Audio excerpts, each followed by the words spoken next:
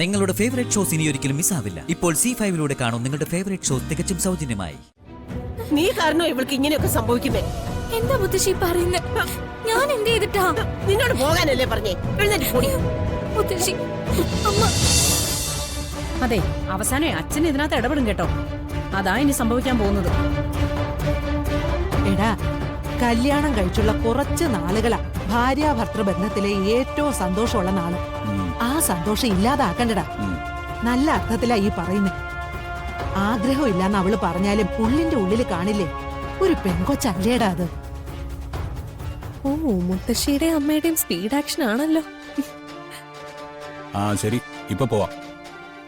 പിന്നെ കൂടെയുള്ള രണ്ടുപേരുടെ ഈ ഭീഷണി പാടില്ല. ഇത് ഭീഷണിയല്ലടാ, ഇത് സ്നേഹം കൊണ്ട് പറയുന്നതല്ലേ.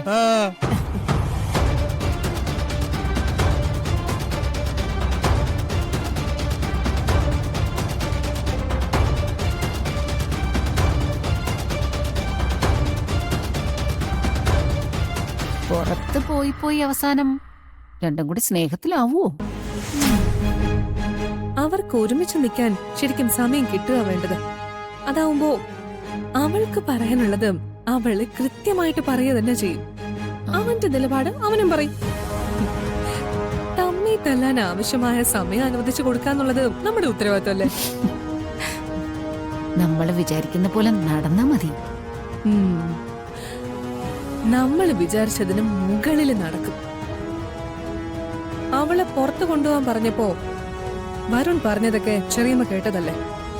ഇഷ്ടക്കുറവല്ല, വെറുപ്പ്. ആ വെറുപ്പ് തന്നെയാണ് നമ്മുടെ ആയുധം.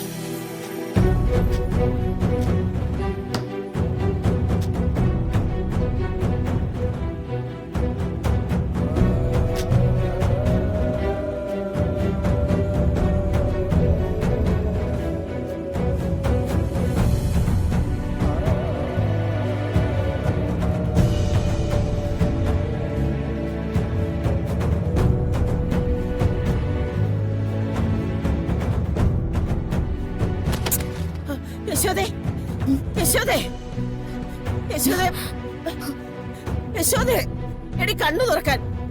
നിനക്ക് എന്താ പറ്റിയത് യശോദേ? നീ കണ്ണു തുറക്ക യശോദേ. യശോദേ, തുടരുത്. നീ കാരണം ഇവൾക്ക് ഇങ്ങനെയൊക്കെ സംഭവിക്കുന്നേ. എന്താ മുത്തശ്ശി പറയുന്നത്? ഞാൻ എന്ത് ചെയ്തിട്ടാ? നിന്നോട് പോകാനല്ലേ പറഞ്ഞേ? എഴുന്നേറ്റ് പോടി. മുത്തശ്ശി, അമ്മ. യശോദേ, യശോദേ, അമ്മ, അമ്മ, യശോദേ.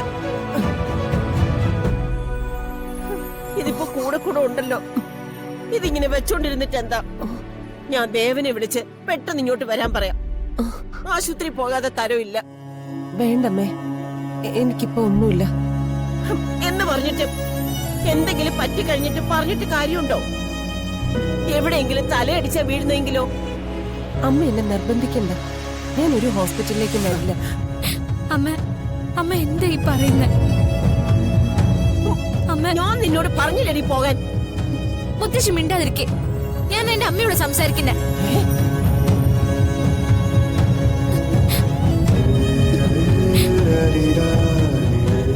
അമ്മ, ഞാൻ വേണമെങ്കിൽ അമ്മയുടെ അടുത്ത് വരാതിരിക്കാം. അമ്മയോട് ഞാൻ സംസാരിക്കാതിരിക്കാം.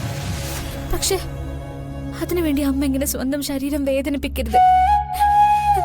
സ്വന്തം അസുഖം കണ്ടില്ലെന്ന് നടിക്കരുത്.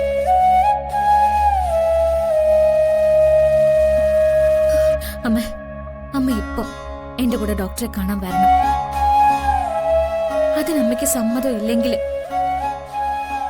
പൂജാമുറിയിൽ കൃഷ്ണന്റെ മുൻപില് ഞാൻ തലയടിച്ചു മരിക്കും.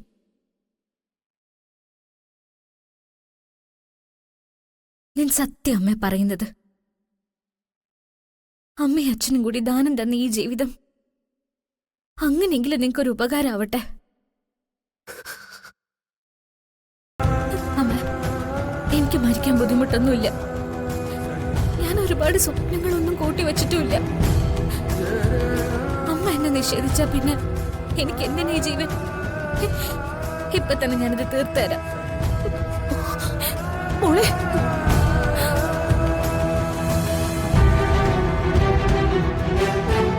നമുക്ക് ഹോസ്പിറ്റലിൽ പോവാം. ഞാൻ വരാം. ഇവളുടെ കൂടെ നിന്നെ അയക്കാൻ എനിക്ക് വിശ്വാസമില്ല. ദേവനെ വിളിക്കാം. ഞാൻ ഇവളുടെ കൂടെ പൊയ്ക്കോളാം. മറ്റാരും വേണ്ട.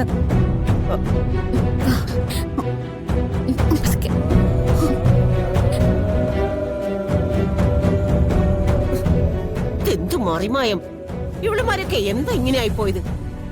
എല്ലാത്തിന്റെ തല തിരിഞ്ഞെന്നാ തോന്നുന്നു.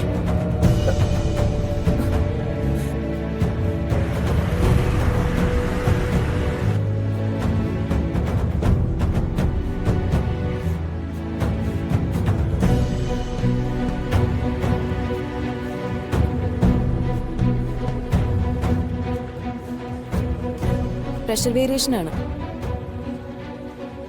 അതിന് പ്രത്യേകിച്ച് എന്തെങ്കിലും കാരണങ്ങളുണ്ടോ? ഇല്ല ഡോക്ടർ. എന്തെങ്കിലും ടെൻഷൻ ഉണ്ടോ? വളരെ വേണ്ടപ്പെട്ട ആരുടെങ്കിലും മരണമോ അല്ലെങ്കിൽ പരിഹരിക്കാൻ പറ്റാത്ത എന്തെങ്കിലും പ്രശ്നമോ മനസ്സിനെ ബുദ്ധിമുട്ടിക്കുന്നുണ്ടോ? സ്ത്രീകൾക്കൊരു കുഴപ്പമുണ്ട്. ചെറിയ ചെറിയ കാര്യങ്ങൾ മനസ്സിൽ കൂട്ടിവെക്കും. പിന്നെ ചിന്തകൾ കൊണ്ട് അതിനെ പെരുപ്പിക്കും. ഫലം നിങ്ങൾ നിങ്ങളുടെ ആരോഗ്യത്തിനെ ഇല്ലാതാക്കും. സത്യത്തിൽ ചെയ്യേണ്ടത് എന്താന്ന് വെച്ചാ നിങ്ങളെ ബുദ്ധിമുട്ടിക്കുന്ന ആ കാര്യം പരിഹരിക്കുകയാണ്. ഇത് മോള. അമ്മയുടെ ഭക്ഷണശീലങ്ങളൊക്കെ എങ്ങനെയാ? കുറച്ച് കഴിക്കും, പക്ഷെ സമയത്ത് കഴിക്കും. ഉറക്കം? ചെറിയൊരു ടെൻഷൻ ഉണ്ടായാൽ പോലും അമ്മ ഉറങ്ങാൻ താമസിക്കും.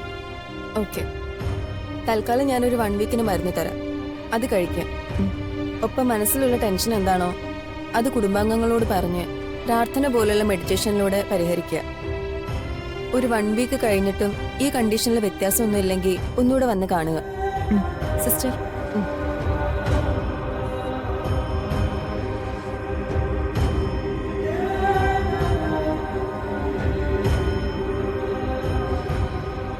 അമ്മ, എന്താ അമ്മയുടെ ടെൻഷൻ? ഞാനാണോ? അമ്മയ്ക്ക് ഇത്രയും മനപ്രയാസം ഉണ്ടാക്കുന്ന രീതിയിൽ എന്റെ ഭാഗത്തുനിന്ന് എന്താ ഉണ്ടായത്? അതൊന്നും ഇവിടെ വെച്ച് സംസാരിക്കേണ്ട കാര്യമല്ല. ഡൗൺലോഡ് ചെയ്യൂ C5 ആപ്പ്. കാണൂ എല്ലാ എപ്പിസോഡുകളും സൗജന്യമായി.